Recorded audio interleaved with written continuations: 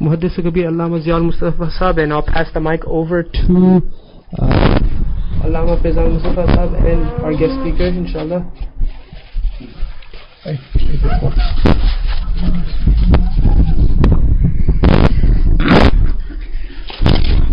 محترم سامعین کرام، السلام علیکم ورحمۃ اللہ وبرکاتہ۔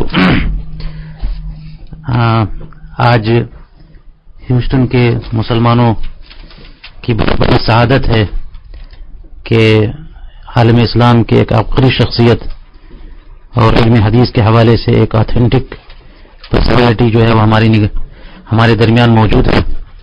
حضور محدث کبیر علامہ ضیاء المصطفیٰ صاحب قبلہ، جنہوں نے پوری زندگی اپنی علم حدیث کی خدمت میں، فقہ حنفی کی خدمت میں اور اہل سنت والجماعت کی خدمت میں، سنیات کی خدمت میں، حضور سیدی اعلی حضرت فاضل بریلوی رضی اللہ تعالیٰ عنہ کی مسلک اور افکار و تعلیمات کی نشر و اشاعت کی خدمت میں آپ نے صرف کیا ہے۔ دین کے حوالے سے، علم کے حوالے سے بڑی خدمات ہیں۔ ہم اپنی طرف سے اور پوری ہیوسٹن کی عوام کی طرف سے حضرت کو خیر مقدم کرتے ہیں، ویلکم کرتے ہیں۔ بہت زیادہ وقت نہیں ہے، لیکن ہم چاہیں گے کہ ہماری ہیوسٹن کی عوام بھی حضرت سے کچھ علمی باتیں جو ہے وہ ان کے جواہر سے اپنے دامن مراد کو پھیرے۔ تو اختر بھائی، میں حضرت کو سلام کریں، پھر میں آپ سے پہلے کچھ۔ حضرت، ہم آپ کو ہیوسٹن میں اور اپنے اسٹوڈیو میں خوش آمدید کہتے ہیں۔ یہ بہت سعادت کی بات ہے، ایک بہت عرصے بعد آپ سے ملاقات ہوئی الحمدللہ۔ آپ اگر آپ کو یاد ہو تو آپ تقریباً 14 سال ہوئے آپ اس اسٹوڈیوز میں بھی آئے ہیں۔ اس وقت علامہ اعظمی صاحب بھی آپ کے ساتھ موجود تھے، تو ایک بہت اچھا ہم نے آپ کے ساتھ جو اس وقت ٹائم گزارا بہت اچھا تھا، اور بہت ہی ہم نے آپ سے ان دنوں میں بہت کچھ سیکھا۔ آپ نے یہاں پر ہمارے سامعین سے بھی کافی بات چیت کی۔ ہم چاہتے ہیں کہ ہم اپنے سامعین کو کچھ تھوڑا سا یاد کراتے ہوئے آپ کی جو علمی جو شخصیت ہے اس کے حوالے سے آپ سے کچھ سوالات کریں، تاکہ ہمارے سامعین ایک مرتبہ پھر اس بات سے واقف ہوں کہ اللہ تعالیٰ نے آپ پر جو علم آپ کو عطا کیا ہے اس کے بارے میں ہم اپنے سامعین کو بتاتے چلیں۔ تو حضرت میں اپنے سامعین کو کچھ دیر پہلے آپ سے بتا رہا تھا کہ اس دنیا میں بہت ہی محدود تعداد میں جو لوگ ہوں گے جن کو ہم کہہ سکتے ہیں کہ یہ محدث کبیر ہیں۔ میں بھی فیضان مصطفیٰ صاحب کریکٹ کر سکتے ہیں مجھے کہ کتنے ایسے لوگ ہوں گے کہ جن کے بارے میں ہم کہہ سکتے ہیں کہ یہ محدث کبیر ہوں گے اس دنیا میں؟ محدث کبیر کا جو ٹائٹل ہے تو وہ تو حضرت ہی کے ساتھ خاص ہے، اور اس وقت جب بھی یہ لفظ یوز کیا جاتا ہے تو حضرت ہی کی شخصیت پر اطلاق ہوتا ہے، انہی کی شخصیت مراد ہوتی ہے۔ ویسے محدث جو ہے وہ ہر اس ماہر علم حدیث کو کہا جا سکتا ہے جس سے علم حدیث پہ اتھارٹی حاصل ہو، لیکن اس میں بھی اس زمانے میں چونکہ حضرت کی خدمات گزشتہ 40-50 سال سے علم حدیث کے حوالے سے ہیں، تو میں نہیں سمجھتا کہ اس قدر طویل تجربے کا ماہر اس زمانے میں۔ جی، میرا مقصد یہ تھا کہ اس لیول کا اس دنیا میں ابھی اور کون ہوگا۔ تو حضرت ہماری خوش قسمتی کہ حضرت آپ یہاں تشریف لائیں۔ حضرت آپ خود ہی بتائیں کہ آپ جو علم حدیث جو آپ نے پوری زندگی سیکھا اور سکھایا اس کے حوالے سے میں بتائیں کہ کیا کس طرح سے سیکھا آپ نے اور کس طرح سے آپ اس کو آگے بڑھا رہے ہیں۔ بہت بہت شکریہ کہ آپ نے مجھے یہاں ہیوسٹن کے مسلمانوں سے کچھ گفتگو کرنے اور ان کو باتیں سنانے کا موقع عطا فرمایا۔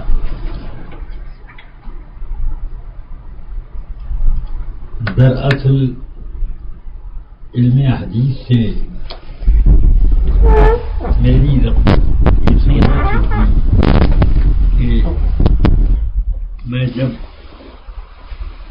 علوم دینیا اور علوم معقولات حاصل کر کے فارغ ہوا، اور اس کے بعد کچھ ہی عرصے کے بعد مجھے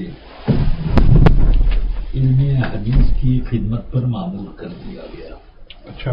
تو اب اس سلسلے میں نے حدیث کی کتابیں جتنی بھی دستیاب ہوتی گئیں ان کا مطالعہ کرنا اور ان کے شروع میں اور حدیثوں کی صحت و ضعف اور ان کے مقبول نامقبول ہونے کے تمام ضابطوں کو اور اس کے قواعد کو باقاعدہ جاننے کی کوشش کی. یہی کام آگے بڑھتے بڑھتے اس درجے ہو گیا کہ لوگ مجھ سے بہت زیادہ استفادے کے لیے میرے قریب آتے گئے. میں جہاں تک ہوتا رہا علم حدیث کے ذریعے اپنے طلباء اور دیگر علماء کی خدمت کرتا رہا اور اس علم کی طرف خاص توجہ کی ضرورت مجھے اس لیے بھی پڑی کہ اس میں زیادہ تر رسول پاک سرور کائنات صلی اللہ علیہ وسلم کی گفتگو اور آپ کے زندگی کے دیگر احوال جاننے میں مجھے بہت کافی مدد ملی کہ اس فن کا اصل مقصود یہی ہے کہ رسول پاک صلی اللہ علیہ وسلم کی عملی اور ان کی زندگی کے کھلے چھپے خلوت و جلوت اور تنہائی اور عوام کے ساتھ ملاقات وغیرہ اور دین کے احکام کے نشر و فراز، یہ سب کچھ آقا کائنات صلی اللہ علیہ وسلم کی ہی طور طریقے سے معلوم ہوتے ہیں. اس لیے میرے دین کا بھی تقاضا یہی ہوا کہ اس پر میں توجہ زیادہ افزود کروں. جی حضرت، اپنے علم حدیث کے حوالے سے طویل ترین تجربے کی روشنی میں حضور کیا یہ، چونکہ بہت سارے لوگ جو علم حدیث کا دعویٰ کرتے ہیں، اہل حدیث ہونے کا دعویٰ کرتے ہیں یا پھر اہل قرآن ہونے کا دعویٰ کرتے ہیں، خاص طور سے وہ لوگ جو قرآن کریم کے لیے کہتے ہیں کہ جب وہ قرآن کریم ہے تو پھر کسی حدیث پاک کی ضرورت نہیں ہم کو. جی جی. تو کیونکہ یہ بھی کہا جاتا ہے کہ حدیث جو ہے وہ صحابہ کرام کے بہت بعد اس کی تدوین کا کام شروع ہوا، تو مطلب اس کی آتھینٹسٹی پہ کوشچن کیا جاتا ہے. تو کیسے ہمیں اندازہ ہو کہ احادیث کریمہ جو ہے وہ صحیح ہیں، مستند ہیں، اور اسے کیسے مانا جائے؟ مطلب اس سلسلے میں آپ کیا فرمائیں گے؟ دراصل دین کا سارا دار و مدار کتاب اللہ اور سنت رسول اللہ کے اوپر ہے، اور دین کو محفوظ رکھنے کے لیے ضروری ہے کہ ان دونوں چیزوں کی باقاعدہ حفاظت کی جائے. اللہ تبارک و تعالی نے قرآن کی حفاظت کے لیے دنیا میں کروڑوں کی تعداد میں حفاظ پیدا کر دیے. اب کوئی بھی چاہے کہ قرآن مجید میں ایک دو لفظ کی یا زیر و زبر کی کوئی ترمیم کر لے تو یہ اس کے لیے ناممکن ہو گیا. اب رہ گیا رسول پاک صلی اللہ علیہ وسلم کی احادیث طیبہ. عموماً رسول پاک صلی اللہ علیہ وسلم کے زمانے میں لکھی نہیں جاتی تھی، بلکہ لوگ اہل عرب زیادہ تر اپنی یادداشت سے کام لیتے تھے. اس میں جو رسول پاک کے صحابہ کرام تھے ہر معاملے میں وہ بڑے ہی دیانتدار اور کسی چیز کے باہر سے داخل کرنے کے وہ روادار نہ تھے. اس وجہ سے ان لوگوں نے تو حدیثوں کی باقاعدہ حفاظت کی، اور حفاظت کا اصل مقصود ان کا یہی تھا کہ کتاب اللہ میں رسول پاک صلی اللہ علیہ وسلم کی اطاعت اور ان کے طور طریقے کے اپنانے اور ان کے اعمال تک کی پیروی کرنے کا حکم دیا. اس بنا پر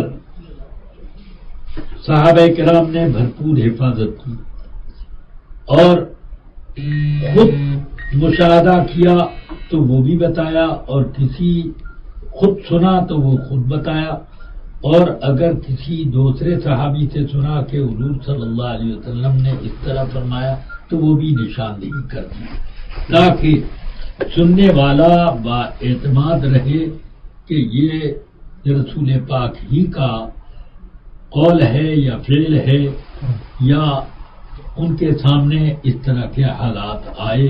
وہ سب چیزیں ان لوگوں نے محفوظ رکھی. بعد میں کچھ لوگ ایسے پیدا ہوئے جن لوگوں نے نئے نئے خیالات داخل کیے. یہ عہدِ صحابہ میں ہی کچھ ایسا ہوا، تو اب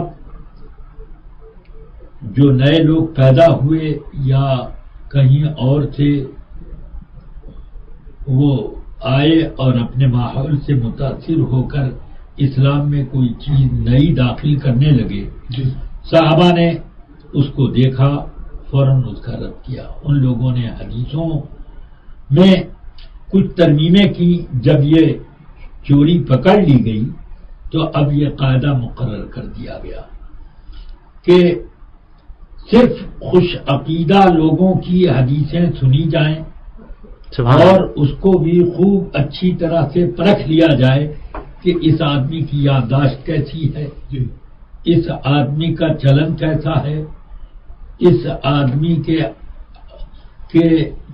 اندر کبھی کبھی یا اکثر کوئی غلط بات یا اپنی طرف سے ملانے کی کا طور طریقہ داخل ہے یا نہیں ہے. اگر یہ سب معائب ہوں تو اس کی حدیث سے پرہیز کیا جائے.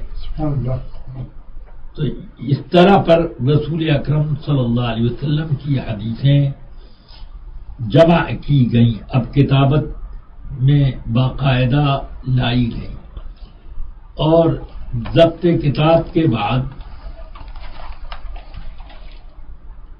اس میں کبھی کبھار ایسا بھی ہوا کہ کچھ مخدوش راویوں کی حدیثیں بھی اس میں داخل ہو گئیں. تو اب حدیث کی کتابوں میں لوگوں نے بہت زیادہ احتیاط برتنی شروع کی. اس معاملے میں مدینہ طیبہ، مکہ معظمہ اور ملک شام اور کوفہ اور بصرہ اور بہت سارے علاقوں میں لوگوں نے کام شروع کیے، کتابیں جمع ہوئیں، اور امام مالک کی موطا ان میں زیادہ مقبول رہی. پھر ایک عرصہ گزر گیا تو امام اسحاق ابن راہوے جو امام بخاری کے استاد ہیں، انہوں نے کہا کہ کاش ایک ایسی کتاب جمع کر دی جاتی جس میں صرف صحیح حدیثوں سے فقہی مسائل کے ابواب قائم کر کے اور صحیح حدیثیں تخریج کر لی جائیں. امام بخاری علیہ الرحمہ نے دل میں یہ خیال سمایا، اور ان کی یادداشت میں تقریباً 6 لاکھ حدیثیں تھیں. ان میں سے انہوں نے 30,000 کو منتخب کر لیا. 30,000 میں سے اب انہوں نے باقاعدہ قواعد پر پرکھ کر اور اسی طرح غیبی اشارات استخارے کے ذریعے سے حاصل کر کے اپنی ایک ضخیم کتاب بخاری شریف جمع کی، جس میں 7,000 سے کچھ زیادہ حدیثیں انہوں نے اکٹھی کر دی. ان میں مقررات بھی ہیں. تو وہ کتاب جمع ہوئی، امام اسحاق ابن راہوے کو انہوں نے پیش کی، بہت پسند کیا.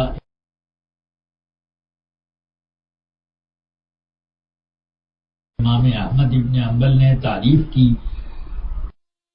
اور یہ لیکن کچھ لوگوں نے یہ سوچا جمع کر دیے جائیں جن میں صحیح اور حسن اور کچھ اس سے بھی کم درجے اور ضعیف بھی متروک بھی بلکہ بعض اوقات موضوعات بھی یعنی من گڑت حدیثیں بھی سب جمع کر دی جائیں اور تمام راویوں کا درجہ بدرجہ نام بھی ذکر کیا جائے.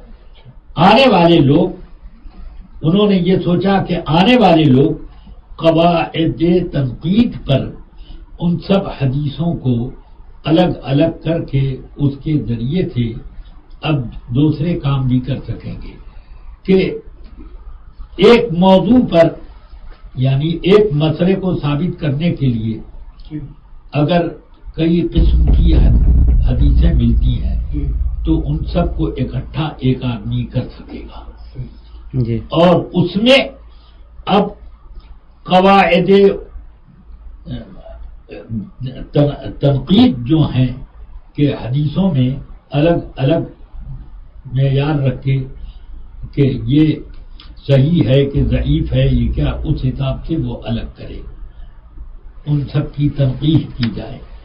اس تنقید کے بعد پھر یہ دیکھا جائے کہ ضعیف حدیثیں کئی عدد ایسی ملتی ہیں جو ایک دوسرے کے ہم معنی ہوتی ہیں کہ ضعیف ضعیف ضعیف ضعیف مل کر کے وہ قوی ہو جاتی ہیں. سبحان اللہ.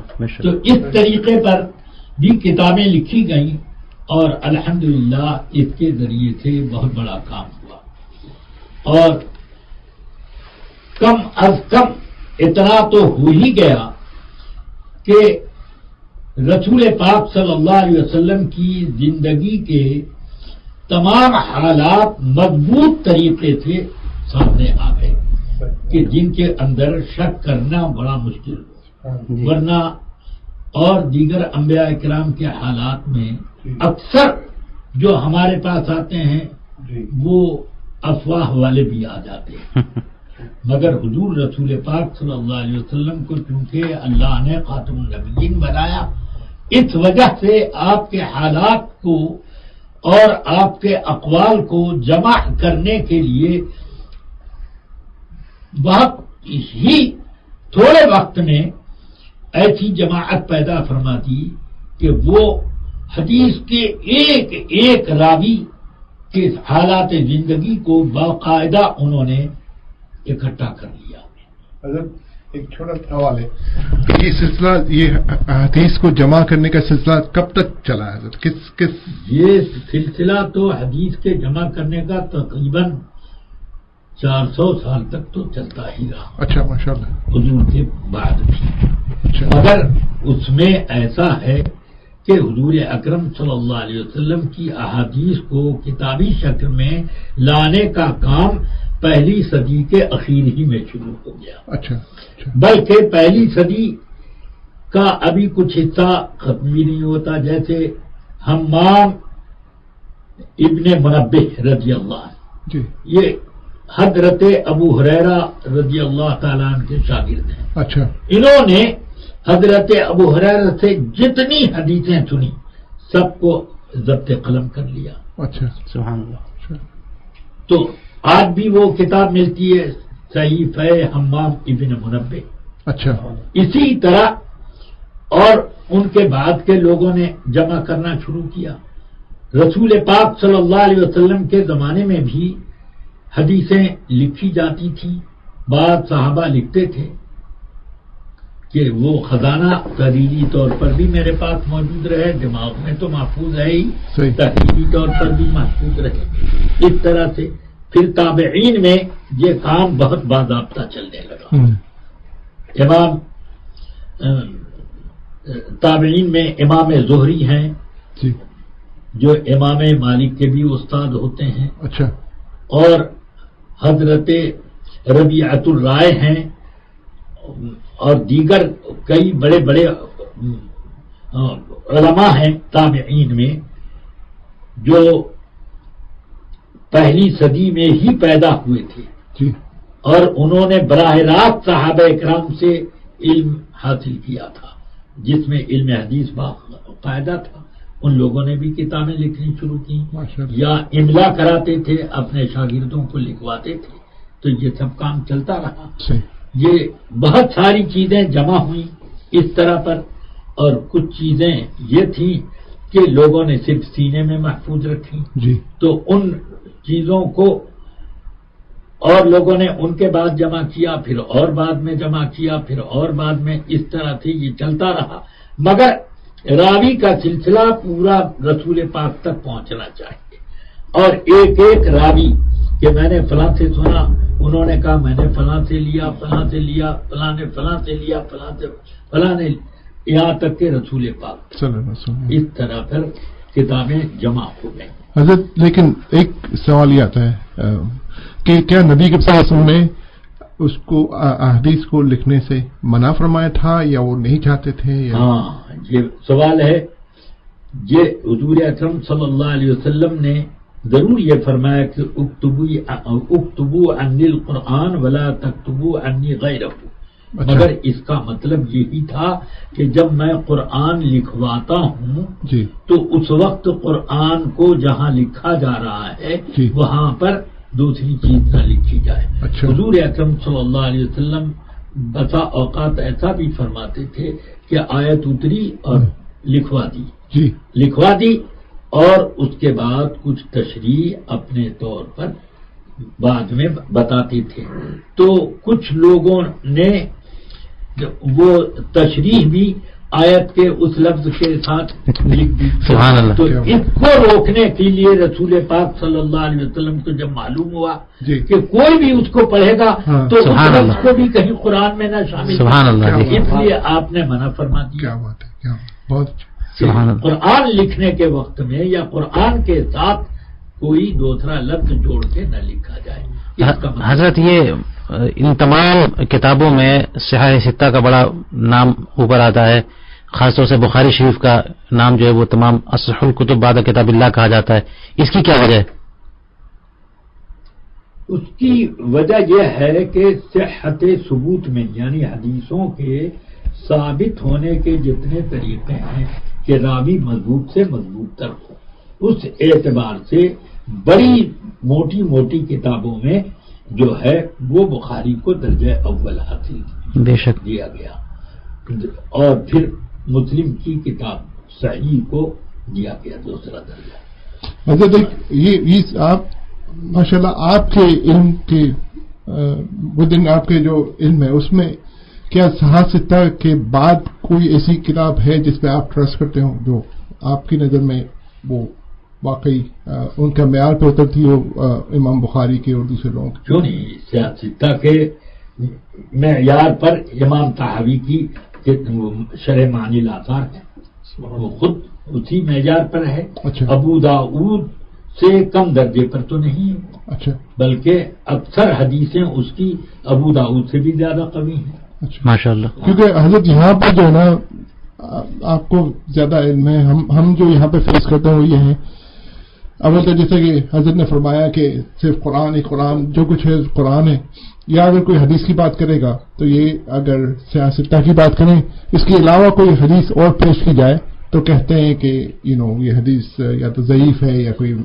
نہیں، یہ تو سبھی لوگ متفق ہیں اس بات پر جی کہ صرف دین کا ڈیپینڈ ان 6 کتابوں پر نہیں ہے، نہیں۔ اچھا یہ اس پر سبھی متفق ہیں، یہاں تک کہ وہ لوگ جو اپنے کو اہل حدیث کہتے ہیں جی وہ خود بھی دوسری کتابوں سے لیتے ہیں۔ اچھا مثال کے طور پر یہ سینے پر ہاتھ باندھنے والی حدیث جو ہے صحاح ستہ میں کہیں نہیں ملے گی، اچھا کہیں نہیں ہے صحاح ستہ میں؟ نہیں کہیں نہیں ملے گی۔ صحیح۔ تو سب سے پہلے جس کتاب ملتی ہے وہ صحیح ابن خزیمہ ہے، اس میں ملتی ہے، ابن خزیمہ کی روایت میں۔ کیا بات ہے، کیا حضرت وہ ہے یہ کچھ سوالات، کافی بڑے سوالات ہمارے سامنے، چاہتے ہیں کہ زیادہ سے زیادہ استفادہ ہو سکے۔ تقلید ائمہ، کسی ایک امام یعنی قرآن کریم جب موجود ہے ہمارے لیے اور حدیث پاک سے بھی ہم جو ہے وہ استفادہ کر سکتے ہیں، تو کیا ضرورت ہے کہ کسی امام کی تقلید کی جائے؟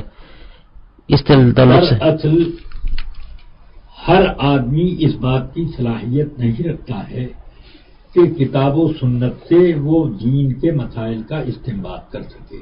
جی اس کے لیے بہت کثیر علم اور بڑی زبردست دانائی اور قواعد استنباط وغیرہ کی معرفت وغیرہ ضروری ہے، اور اسی میں اس کی پوری عمر خرچ ہو جائے گی اور استنباط کے لائق نہیں بنے گا. یہ تو اللہ کی داد و دہیش ہے کہ اس نے ایسے چند افراد پیدا کر دیے کہ انہوں نے یہ ضابطے مقرر کر دیے. جی اب کہ جیسے اب یہ ضابطہ کہ رسول پاک صلی اللہ علیہ وسلم نے 2 طرح کے عمل فرمائے.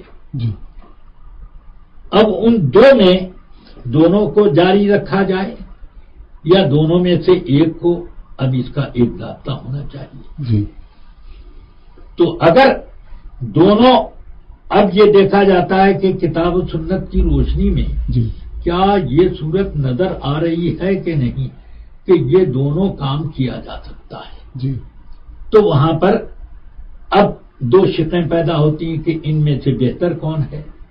دونوں کام کیے جا سکتے ہیں، کون بہتر ہے. جی اب وہ بہتر بھی اب تلاش کیا جائے گا کتاب و سنت ہی سے. صحیح. اب وہ بہتر یہ مستحب ہوا، یہ مباح ہوا. یہ کر تو سکتے ہو مگر بہتر یہ نہیں. کیا بات ہے، ماشاء اللہ. یہ اس طریقے پر یہ تعین کیا جاتا ہے. تو اور پھر یہ بھی دیکھا جاتا ہے کہ دونوں اس طرح سے مخالف ہیں کہ ایک کو اگر ایک پر عمل کیا جائے تو دوسرا عمل ضرور ترک ہو رہا ہے اور اس کی وجہ سے ہمارے کام میں خلل پیدا ہوتا ہے یا نہیں ہوتا ہے. یہ سب دیکھا جاتا ہے.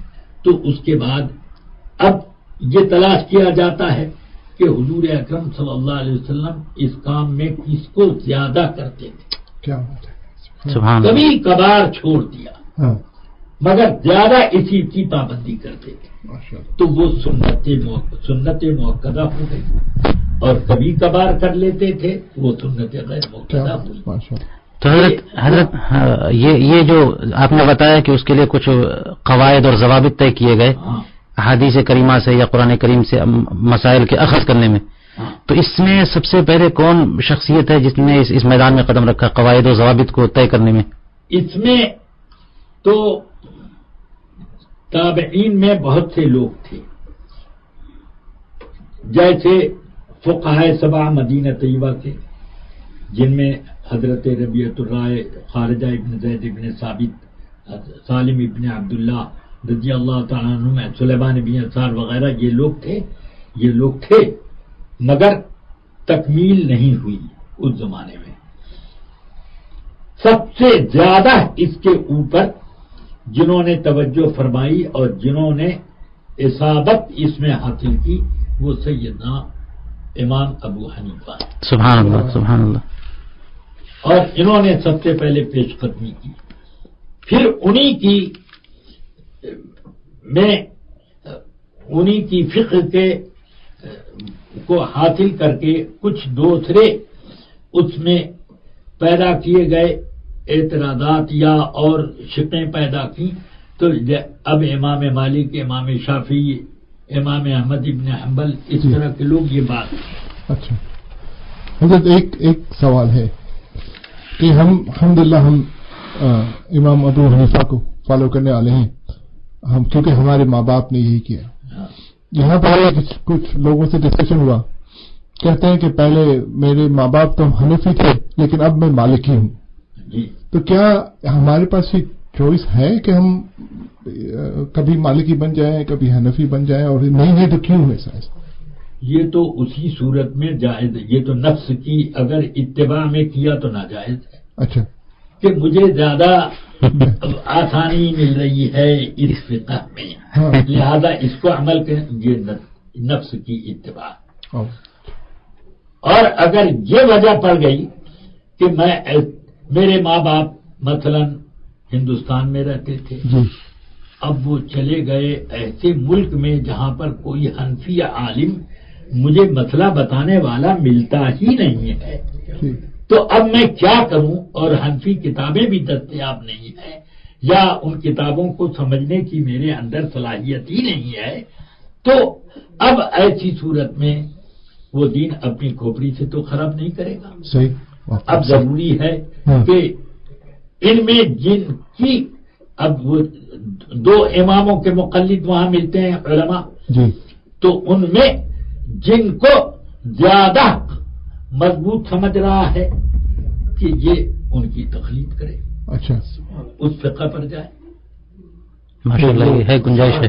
اب ایسے کرنا شروع کر دیا جائے کہ چلو اب 25 سال تک تو میں فقہ حنفی پر عمل کرتا رہا، اب کچھ ذرا تھا لذت لے لو امام مالک کی تقلید کر کے، کچھ تھوڑی لذت لے لو امام شافعی کی تقلید کر کے، جی۔ یہ تو صرف آدمی ادھر سے ادھر ہونے کا کام کر رہا ہے۔ لیکن حضرت یہ بھی تو ہو سکتا ہے کہ کبھی مجھے اگر میں حنفی ہوں، مجھے فقہ حنفی کے بارے میں اتنی زیادہ معلومات نہیں ہے، لیکن میں جہاں رہتا ہوں جیسا آپ نے فرمایا وہاں فقہ مالکی کے بارے میں بہت زیادہ معلومات ہے، اور مجھے ایسا لگتا ہے کہ میں اگر فقہ مالکی کو پریکٹس کروں گا تو میں بہتر اپنے عمل کو انجام دے سکتا ہوں۔ تو کیا اس صورت میں؟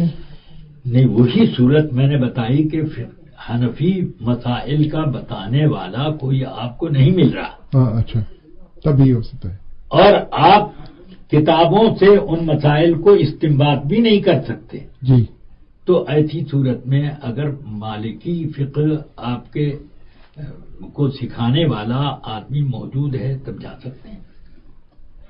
یہ ایک مجبوری ہے، یہ آپ اپنے نفس کے لیے نہیں گئے بلکہ اس وجہ سے گئے مجبور کہ میں دین پر عمل کرنے میں اب اپنی حاجت روائی کا کوئی آدمی پا ہی نہیں رہا، اس لیے جو دوسرا حاجت روا مل رہا ہے اس سے میں کام لوں۔ بہت یہ ہے حضرت ماشاءاللہ، آپ سے بات کر کے ایسا لگتا ہے کہ واقعی دین کا علم جو ہے وہ کتنا وسیع ہے۔ وہی مجھے تو وہ پرانا زمانہ یاد آتا ہے جب آپ تشریف لائے تھے، اس وقت بھی ہمیں یہی فیلنگ ہوتی تھی کہ ہم لوگوں کو کتنا کم پتہ ہے۔ ماشاءاللہ آپ کے ساتھ بیٹھ کے تو آدمی پوری زندگی بیٹھے تب بھی سیکھتا رہے، لیکن حضرت تھوڑا سا ہم چینج کرتے ہیں ذرا ٹاپک کو، وہ یہ ہے کہ آج کل کی جو حالات مسلمانوں کے سامنے ہیں، آپ نے دیکھا ہوگا کہ آج کل جو کچھ ہو رہا ہے یورپ وغیرہ میں، جی آج کل جو فرانس میں، شاید آپ تو ٹریول کر رہے ہیں، پتہ نہیں آپ کو لوگوں نے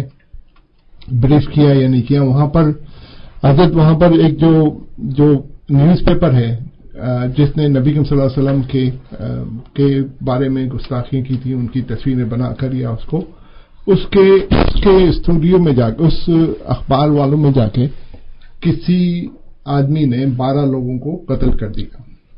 اب مسئلہ کیا ہے کہ ایک طرف تو ہم وہ لوگ قتل کر کے چل گئے، اور اسلام جو مسلمان فرانس میں ہیں ان لوگوں کی مشکل آ گئی کہ یہ جو کچھ ہے مسلمان ہیں وہ فتنہ کرتے ہیں، اور دوسری طرف یہ لوگ ہیں جو نبی صلی اللہ علیہ وسلم کی شان میں جو گستاخیوں کے انبار لگا پلان بناتے ہیں۔ جی، تو اتفاق سے جب دیکھیں، جب یہ جو جن لوگوں نے ان کو مارا ہے جب وہ گئے ہیں تو وہ اس وقت پلاننگ ہو رہی تھی کہ اگلے دن جو اخبار نکلے گا اس میں نبی صلی اللہ علیہ وسلم کے، کہنا تو نہیں چاہیے لیکن وہ کارٹون جو بناتے ہیں وہ کس طرح سے شائع کی جائے، مذاق کا خیز۔ جی، تو اب ہم مسلمان اتنے پریشانی کے عالم میں، کیا وہ آدمی صحیح تھے کہ جنہوں نے ان کو مارا، یا ہم کو کچھ اور طریقے سے اس کو ریئیکشن کرنا چاہیے کہ اسلام کا نام بھی خراب نہ ہو، اور یہ جو کارٹون بنانے والے ہیں ان کو بھی ہم کچھ سمجھائیں، کچھ ان سے ان کو عقل دلائیں کہ یہ جو ہے ہم کو ہمارے لیے بہت افسوس کی بات ہے اور دکھ کی بات ہے جو آپ لوگ کر رہے ہو۔ دینی مسائل کے معاملے میں اور ان معاملات میں جو کہ خالص اللہ و رسول کی تعلیمات سے متعلق ہیں، ان دونوں میں ذرا فرق ہے۔ اس لیے احانت رسول کا جب معاملہ آئے اور کوئی جج اس کا فیصلہ نہیں کر رہا ہے تو اب کیا کیا جائے، کون کیا کر رہا ہے؟ اب اس معاملے میں زیادہ تفصیل سے گفتگو کرنا حالات کے تقاضے اس سے مناسب نہیں ہے حضرت اس لیے، مگر یہ ہے کہ مسلمانوں کو وہ طریقہ اپنانا جس کی وجہ سے دہشت گردی کا لیبل مسلمانوں پر لگے، یہ اسلام کے بدنام کرنے کا ایک طریقہ ہے، اور رہ گیا کہ اس کا زبردست احتجاج ہونا چاہیے کہ مسلمان کسی نبی کا استہزاء پسند نہیں کرتا، تو اپنے خاص نبی اور مقتدا ان کا استہزاء، مذاق اڑانا یا ان کا ایسا کارٹون کہ جس سے لوگ ہنسی مذاق کریں، یہ سب چیزیں تو مسلمان برداشت نہیں کرتے۔ ہر آدمی کے دل پہ چوٹ لگتی ہے کہ نہیں، جو مسلمان ہے چوٹ تو لگتی ہے، تو اس چوٹ کا احساس سب کو ہونا چاہیے۔ اب جس کو چوٹ لگی اس نے کیا کیا اللہ جانے، مگر وہ چیز تو سامنے آ گئی، جو چوٹ لگی وہ سامنے اس لیے ایسے حالات پیدا ہی نہیں کرنا چاہیے کہ جس سے اس طرح کی صورتحال پیدا ہو جائے کہ جانے جائیں۔ حضرت ایک سوال، آدمی جب عقیدت کے معاملے میں ہوتا ہے تو اس کے اوپر جیسی عقیدت ہوگی اسی حساب سے اس کے اوپر اثر قائم ہوگا، تو ہو سکتا ہے کہ وہ اس میں پاگلوں جیسا راستہ اختیار کر لے، اس لیے ایسے حالات پیدا نہیں ہونا چاہیے۔ یہ جو دنیا میں آج کل بڑے گروپ آئے ہوئے ہیں مسلمانوں کے نام سے، القاعدہ ہے، طالبان ہے، داعش ہے، کیا کیا، یہ سب جو ہیں مسلمانوں کو بدنام کرنے والے گروہ ہیں، اسلامی طور طریقہ ان کا کوئی بھی نہیں ہے، کوئی طور طریقہ ان کا نہیں ہے۔ یہ اب مجھے تو سمجھ ہی میں نہیں آتا کہ ان کو مسلمانوں کو بھی قتل کرتے ہوئے شرم نہیں آتی؟ آج تک ایک کافر کو قتل نہیں کیا ہوگا انہوں نے، اور مسلمانوں کا خون بے دریغ، بچوں کا، عورتوں کا۔ رسول پاک صلی اللہ علیہ وسلم نے جہاد کے میدان میں عورتوں کے اور بچوں کے قتل کرنے تک کی اجازت نہیں دی۔ جو اگر ایسا کرتا ہے وہ سزا کا مستحق ہو جاتا ہے۔ اسلامی تعلیمات اس کے بالکل منافی۔ ضیاع مال اور تباہی اور جان کو ضائع کرنا تو اور برا ہے، لوگوں کو ناکارہ بنا دینا، کسی کا ہاتھ چلا گیا، پاؤں چلا گیا، بھلے زندہ ہے مگر وہ کام کے لائق نہیں، یہ سب طریقے غیر اسلامی ہیں۔ اور اب مجھے سمجھ میں نہیں آتا کہ یہ کون سے مسلمان ہیں کہ خالد ابن ولید کی قبر کو بھی بمبارڈ کریں، یہ کون سے مسلمان ہیں کہ حضرت یونس علیہ السلام کی قبر کو بھی، قبر مبارک کو بھی وہ اپنے بموں کا نشانہ بنائے، کوئی نبی، کسی صحابی، کسی اور، یہ تو میں مسلمان نہیں سمجھ پاتا کہ قصداً بم اسی پر گرا رہے۔ معاذ اللہ، معاذ اللہ۔ حضرت اب چونکہ ہمارا وقت مکمل ہونے والا ہے اور کافی باتیں رہ گئی ہیں، لہذا گفتگو کو سمیٹتے ہوئے میں صرف یہ چاہوں گا کہ مختصراً ساری باتوں کو ذہن میں رکھتے ہوئے ہیوسٹن کے جو مسلمان ہیں یہاں پہ، جو اس وقت پوری شہر کے کنارے کنارے سے آپ کو سماع کر رہے ہیں، ان کے لیے کچھ دینی اعتبار سے کچھ نصیحت کے کلمات ارشاد فرما دیں کہ کس طرح سے۔ اس زمانے میں مسلمانوں کے نام پر میری گفتگو میں بھی کچھ حصے سمجھ میں آ کے مختلف فرقے بے اعتدالی کا شکار ہو گئے ہیں جی، اور اس بے اعتدالی کی وجہ سے یہ نتیجہ ہوا کہ دین اسلام میں رکھنے آ گئے، نئے نئے کتنے مسائل لوگوں نے اس میں داخل کر دیے جس کا کتاب اور سنت سے کوئی تعلق نہیں۔ اسی بنا پر ہمارے